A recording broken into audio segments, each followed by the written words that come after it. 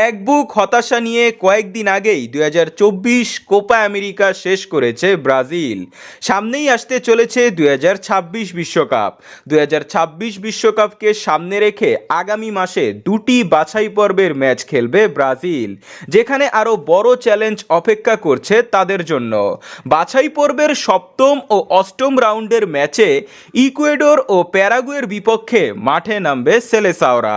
Home ও away এই দুই ম্যাচকে সামনে রেখে এই শুক্রবার দল ঘোষণার কথা ছিল কোচ ডরিভাল জুনিয়রের, তবে তিনি তা করলেন না, কারণ এই দুটি ম্যাচের এখনও 3 সপ্তাহ বাকি।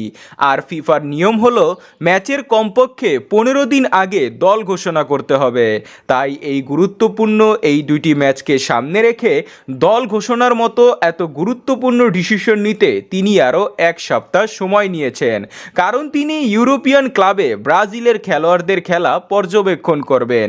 এই শুক্রবার বাছাই পর্বের দুটি ম্যাচের জন্য দল ঘোষণা করবে ডরিভাল জুনিয়র।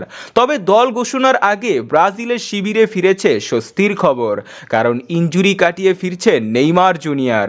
এখন যেহেতু 3 সপ্তাহ বাকি, তাই তাকে নিয়েই আগামী সপ্তাহে দল ঘোষণা করবে ডরিভাল জুনিয়র।